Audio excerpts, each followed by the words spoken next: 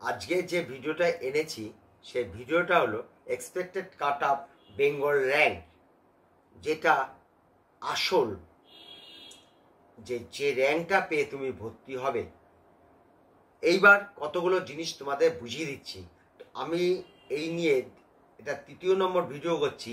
তোমরা বেঙ্গল র্যাঙ্কটা সম্বন্ধে অনেকটাই বুঝতে পারোনি, মানে বেশিরভাগ ছাত্র বেঙ্গল র্যাঙ্ক কাকে বলে এখনো বুঝে উঠতে পারেনি। কেননা আমাকে যে কমেন্ট করছে তাতে আমি পরিষ্কারভাবে বুঝতে পারছি যে বেঙ্গল র্যাঙ্ক সম্বন্ধে তোমাদের ধারণাটা অনেক কম।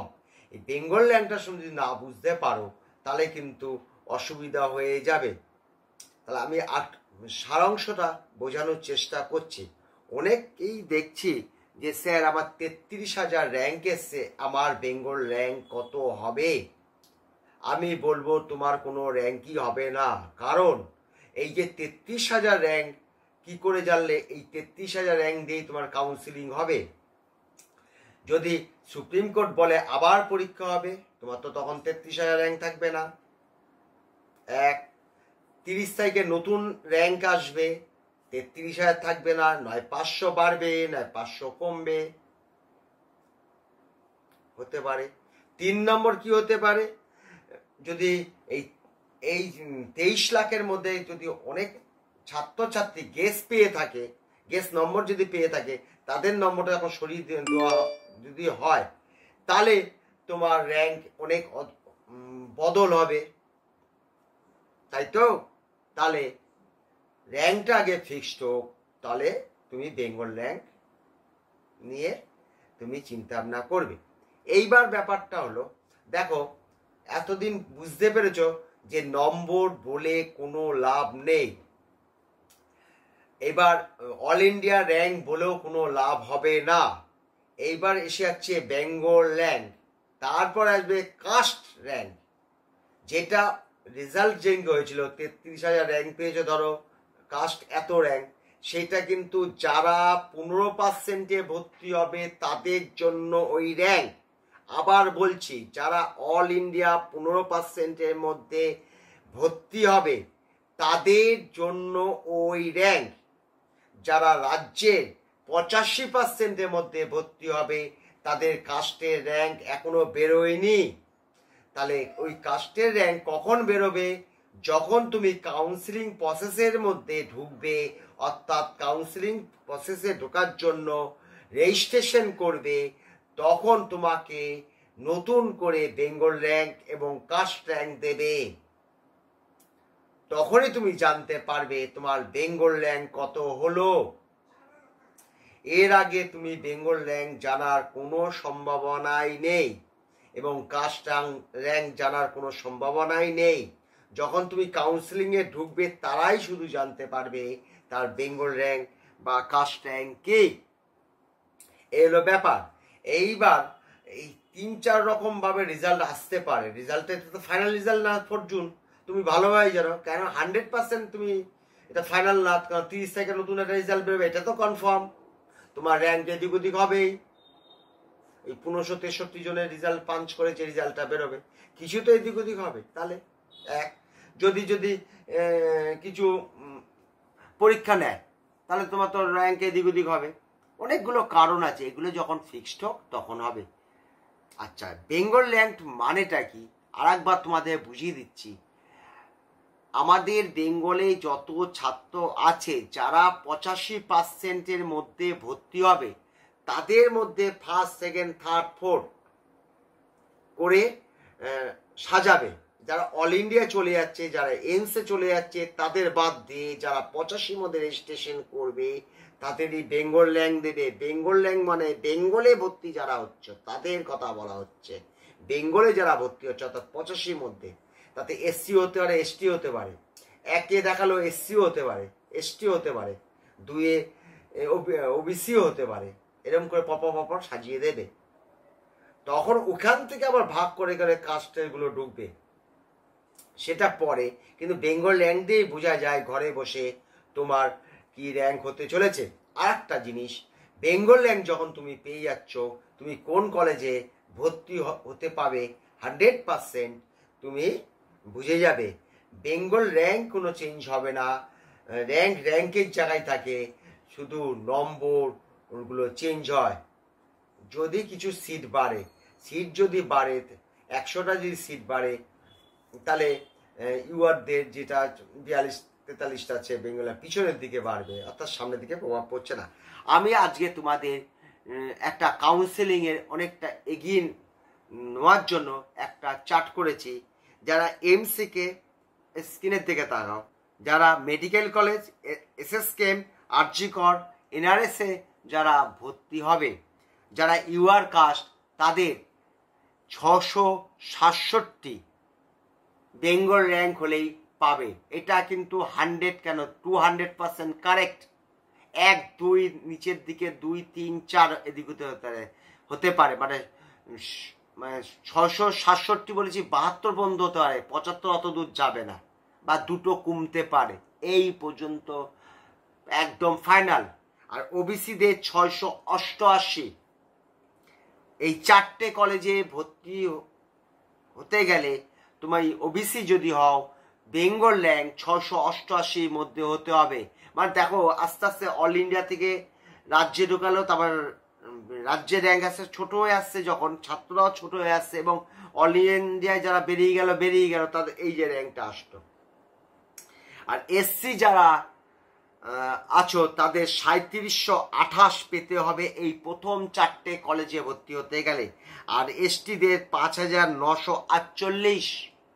এইবার দেখো, সিএন, সাগর দত্ত, বর্ধমান আর কল্যাণী, এই 4টে কলেজে যারা ভর্তি হবে, অর্থাৎ যাদের র্যাঙ্কটা এর মধ্যে ম্যাচিং হবে,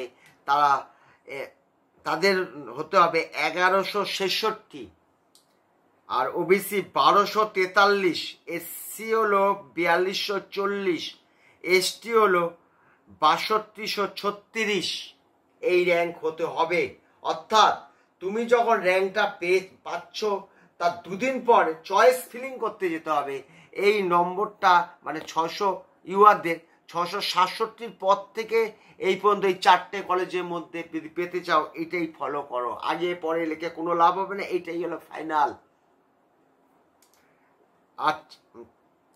আর যদি ওবিসি হও 1243, সেটা বললাম। এইবার আসো পরের কলেজ, বাঁকুড়া সম্মেলনী, ডায়মন্ড হারবার, বারাসাত 1380।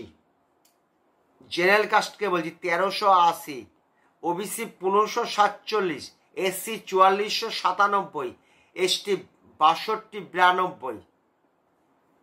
আমি ছোট ছোট করে দিলাম কেননা এই খুব খুব কাছাকাছি নম্বরে কলেজগুলোতে ভর্তি হয়, মানে দেখা হলো 1-2 নম্বর, হাফ নম্বর জন্য। তাই আমি এইগুলো যেগুলো একই ধরনের খুব কাছাকাছি যাদের কাট অফ যায়, তাদেরগুলোকে এক জায়গায় করে দিলাম। পরে আসো, পরে আনলাম 5টা কলেজ, দেখ মোটামুটি কাট অফ এক যায়, মোটামুটি কাট অফ এক যায়। নর্থ বেঙ্গল, হ্যাঁ, মেদিনীপুর, মুর্শিদাবাদ, মালদা এবং শরৎচন্দ্র, নতুন কলেজ। এতে বেঙ্গল র্যাঙ্ক 1798 ইউআরদের যাবে। এটা ফাইনাল, কিন্তু এতে নড়বে না, এটাই ফাইনাল। আর ওবিসিদের 1982, এসসি 4537, এসটি 6396। আমি আগে বলছিলাম না যে তোমাদের এসসিরা 4500 4550 পেলে 100% তোমরা মনে করবে তুমি একটা সরকারি কলেজ পেয়ে গেছো। এবং লাস্ট এবং শেষ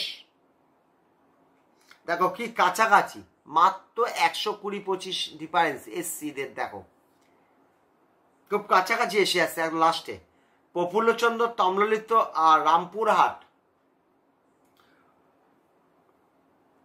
1927 ইউআরদের, দুটো ডিফারেন্স হলো 129। ঠিক দেখো, 40 × 3 মানে 120, দেখেছো। আর ওবিসি দের দেখো, এই দেখো 2048, SC 4654, ST 6431।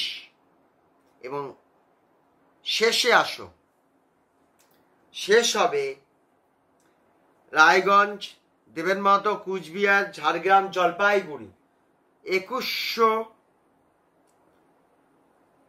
2139 general caste. OBC 2165, SC 4675 আর এসটি 6471। এখানেই শেষ হতে হবে। মানে একটা দুটো তিনটে চারটে সিট এদিক ওদিক হতে পারে। আর এসটির ক্ষেত্রে প্লাস মাইনাস এই 64-র মধ্যে মাত্র 1%, মানে 64 অল ইন্ডিয়া র্যাঙ্ক, হ্যাঁ 1% ডিফারেন্স হতে পারে এইখানটায়, কিন্তু এগুলো কোনো ডিফারেন্স হবে না। 0.001% মতন ডিফারেন্স হতে পারে, 0.001 এরকম একটা হতে পারে। একটা খুব ভালো টিপস তোমাদের দিয়ে দিই এসসিদের জন্য, একদম ভালো টিপস, এটা নিয়ে নাও। যারা দেখছো এসসিরা, যারা দেখছো তাদের র্যাঙ্ক মোটামুটি 1,25,000 থেকে 1,70,000-এর মধ্যে আছো, সরকারি গভর্নমেন্ট কলেজ তোমাদের পাওয়ার কোনো আশাই নেই, সেমি গভর্নমেন্টে ভর্তি হবে, প্রায় 36 লাখের মতন ব্যাপার, সমস্ত খরচ দিয়ে তাদের পক্ষে সম্ভব নয়। কিন্তু আমাদের এবছর সিট নিতেই হবে। তাদের একটা বিকল্প রাস্তা আমি বার করেছি, আবার মন দিয়ে শোনো। এসসি ক্যান্ডিডেট মোটামুটি 1,25,000 থেকে 1,70,000-এর মধ্যে যারা আছো, যারা সেমি গভর্নমেন্টে ভর্তি হতে পারবে না টাকার অভাবে, তারা সরকারি গভর্নমেন্ট কলেজেই পড়বে এবং এই বছরেই তাদের ভর্তি হওয়ার ইচ্ছে, তারা কিন্তু অল ইন্ডিয়া দিয়ে ভর্তি হতে পারো। কেননা অল ইন্ডিয়ার মধ্যে কিন্তু কাট অফ কিন্তু আমাদের রাজ্য থেকে অনেক বেশি যায়, যে কোনো একটা সিট কিন্তু পেয়ে যাবে। প্রায় মোটামুটি 45,000 র্যাঙ্ক কিন্তু এখানটায় ফাঁকা আছে, ব্ল্যাঙ্ক, মানে এখান থেকে প্রায় 15 নম্বর কমে কিন্তু হয়ে যাবে, মোটামুটি 15, আমার দেখিনি, দেখে বলতে হবে, মোটামুটি 15। মানে আমাদের সেমি গভর্নমেন্টে যেখানে কাট অফ যাবে সেখান থেকে তুমি সরকারি কলেজ হয়ে যাবে এবং 36 লাখ টাকা বেঁচে যাবে। আমাদের ভারতবর্ষ বেঙ্গলে হবে না, অন্য রাজ্যে হয়ে যাবে। কাউন্সিলিংয়ের সময় দেখতে পারো অল ইন্ডিয়া দিয়ে কাউন্সিলিংটা করতে পারো, কেন অল ইন্ডিয়া হবে, তারপরে বেঙ্গল হবে, ওখানে গেলে তুমি সিট পাবে। 1,50,000 হলে অনিবার্য পাবে পাবে পাবে পাবে, 1,40,000, 45, 42 সব পাবে। এটা কিন্তু মাথায় ঢুকিয়ে দিলাম, যদি চিন্তা করলে করতে পারো। ঠিক আছে, আজকে এখানে ভিডিওটা শেষ করলাম।